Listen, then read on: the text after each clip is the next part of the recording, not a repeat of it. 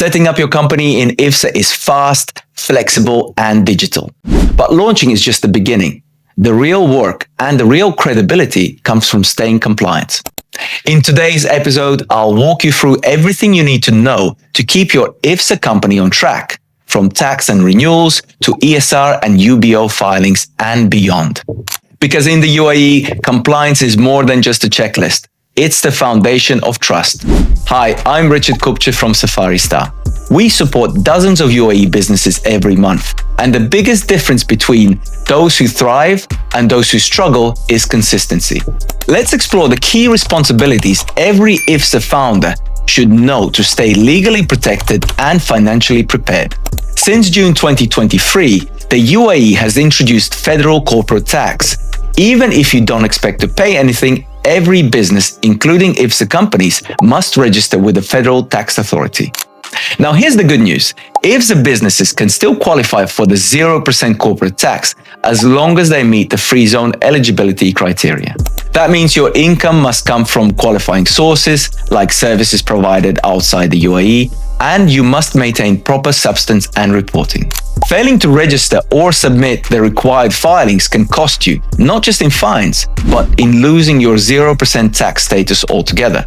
So make sure this step is not skipped. It's mandatory even if you're not generating any revenue yet. If your company earns more than 375,000 AED in revenue over a 12-month period, you're legally required to register for VAT. But even below that threshold, you can and often should register voluntarily from 187,500 dirham in revenue. Why? Because being VAT registered can make your business look more professional, especially when working with larger clients or applying for tenders.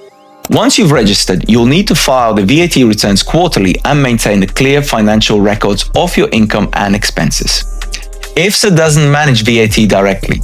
It's a federal requirement, so it's your responsibility. Use accounting software or hire a professional to stay ahead. Your trade license with IFZA needs to be renewed every year. Miss the renewal and you risk fines, penalties, or even license cancellation. If you hold a residency visa through your company, that visa is typically valid for 2 or 3 years, depending on your package.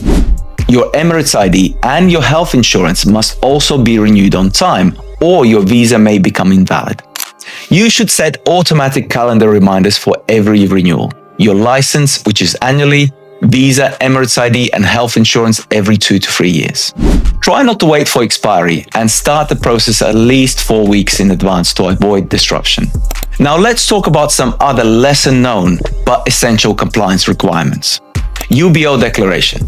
Every company in IFZA must declare its ultimate beneficial owner, the real person who ultimately controls the business.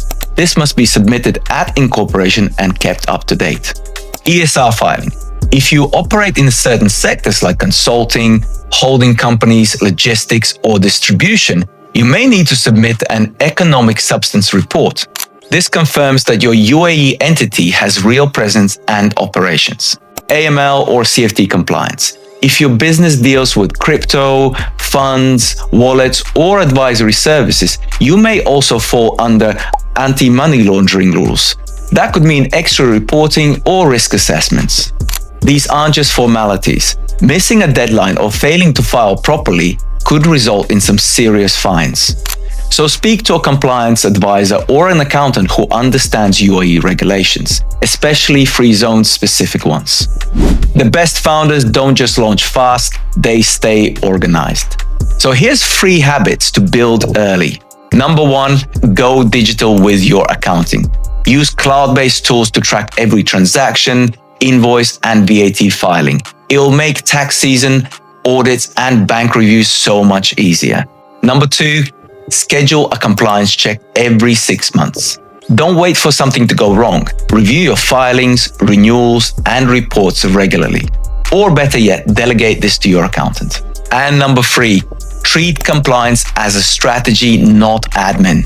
Staying compliant boosts your credibility with banks, investors, and clients. It opens doors, because when the time comes to grow, your paperwork shouldn't be what's holding you back. Thanks for joining us on this deep dive on IFZA compliance. Whether you're just starting your business or already growing fast, I hope this helped you feel more confident and informed. If you found this series useful, be sure to like the video, subscribe to our channel, and hit the bell icon so you never miss our next updates. And stay tuned. In our next episodes, we'll shift our focus to the Meydan Free Zone, Dubai's rising hub for digital entrepreneurs and remote-first businesses. If you're looking for a fast, paperless setup and a business address that boosts your brand, Meydan might be exactly what you need. See you there.